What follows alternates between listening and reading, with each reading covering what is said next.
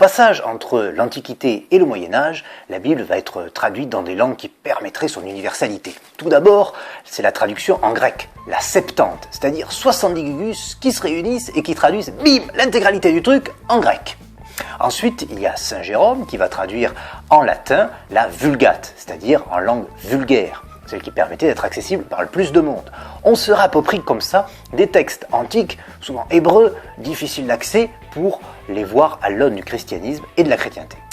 Au passage du Moyen-Âge, le texte de la Bible est à la fois partout et nulle part. Oui, parce que les fidèles n'ont pas vraiment le droit de le lire, ils ne savent pas lire, et ce sont les moines, les grands intellectuels d'alors, qui le conservent, le traduisent, le critiquent. Oui, bonjour, je suis frère Robert et je suis moine copiste de mon état. Voilà, je travaille à traduire les textes de l'Antiquité, mais également les travaux de nos très saints pères de l'Église, et encore évidemment de la Bible, j'allais l'oublier. Voilà, et pour ce faire, mes travaux essentiellement sont à destination des étudiants qui viennent préparer les cycles supérieurs de nos universités, d'abord des lettres et puis ensuite des cycles plus scientifiques.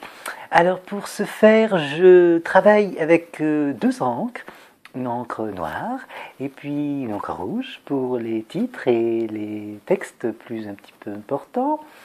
Nous avons aussi avec les frères mis en place un système qui permet, je le crois, de simplifier un petit peu le travail des étudiants. Nous dessinons un doigt, un index, sur la page, et cet index indique évidemment un paragraphe signifiant par lequel l'étudiant est amené à travailler. D'autre part, nous faisons des illustrations, évidemment, puisque cela égaye un petit peu le propos, parfois en rapport, parfois il faut bien la mettre, pas du tout, mais c'est pour Dieu. Et de ce fait, nous travaillons ainsi dans notre entourage très proche, et nous transmettons les biens du passé aux générations futures. Les moines sont donc des écrivains, des traducteurs, ils connaissent les langues antiques, mais également des artistes. Je vous invite à voir les magnifiques illustrations des manuscrits médiévaux qui donnent justement vraiment l'apanage du travail des moines, qui souvent d'ailleurs utilisaient ce média pour essayer de contourner un petit peu les règles un petit peu dures. Et ils sont également des pédagogues. C'est eux qui ont inventé ce fameux système d'index qui est toujours encore utilisé dans les travaux scientifiques et encore avec le numérique. Mais revenons à nos moutons. La Bible au Moyen-Âge est partout. Partout dans les représentations, les portails romans, le statuaire, les vitraux, tout ça ce n'est qu'un gigantesque travail d'histoire et de catéchisme pour les nuls. Bonjour à tous.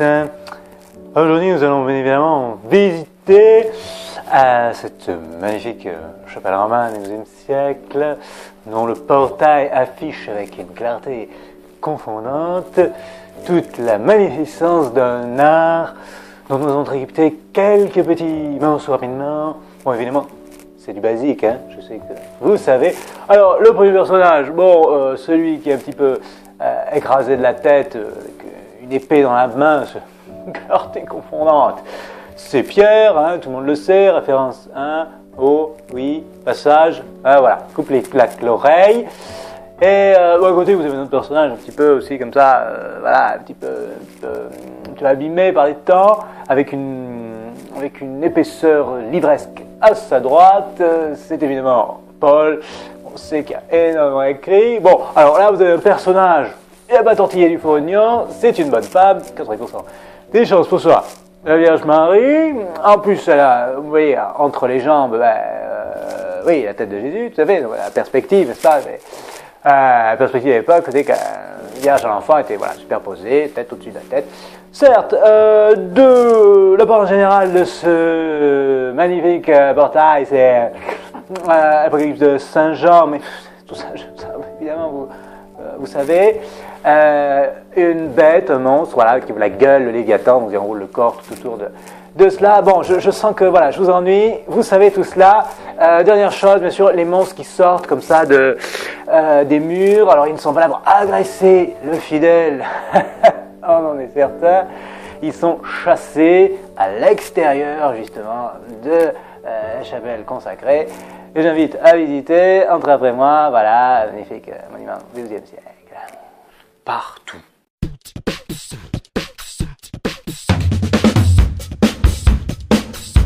Au XVIe siècle, la Bible va être traduite après la réforme de Martin Luther et ses fameux préceptes sola gratia, sola fide, sola scriptura. Ça va, réforme, on maîtrise tous. On peut. Allez, on y va. Martin Luther, moine allemand augustinien, va s'insurger des déviances de l'Église de son temps. Corruption, vente des fameuses indulgences, c'est-à-dire des titres de papier qui permettent d'aller plus vite au paradis, tout un tas de trucs qui le fait un petit peu bondir. Face à cela, il rédige des thèses pour réformer son Église, donc de la réforme. Luther est appelé à Rome, il discute avec le pape, ils se mettent pas d'accord, le pape excommunie Luther, sorti de la communion, et chose étonnante, comparativement à d'autres grands mouvements qu'il y a eu de réforme dans l'Église chrétienne, celui-là va percer pour deux raisons.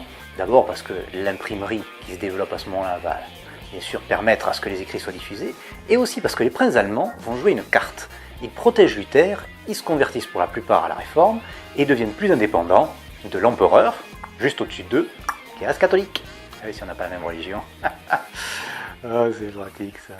Du coup, sola fide, sola gratia, la grâce et la foi seules sauvent pour les réformés. Eh bien, du coup, toutes les actions, les bonnes actions que peuvent faire les catholiques ne sont pas reconnues par les réformés et ils veulent retourner à sola scriptura, donc l'écriture seule, c'est-à-dire la lecture de la Bible seule. Et parce qu'ils n'avaient pas que la Bible, eux.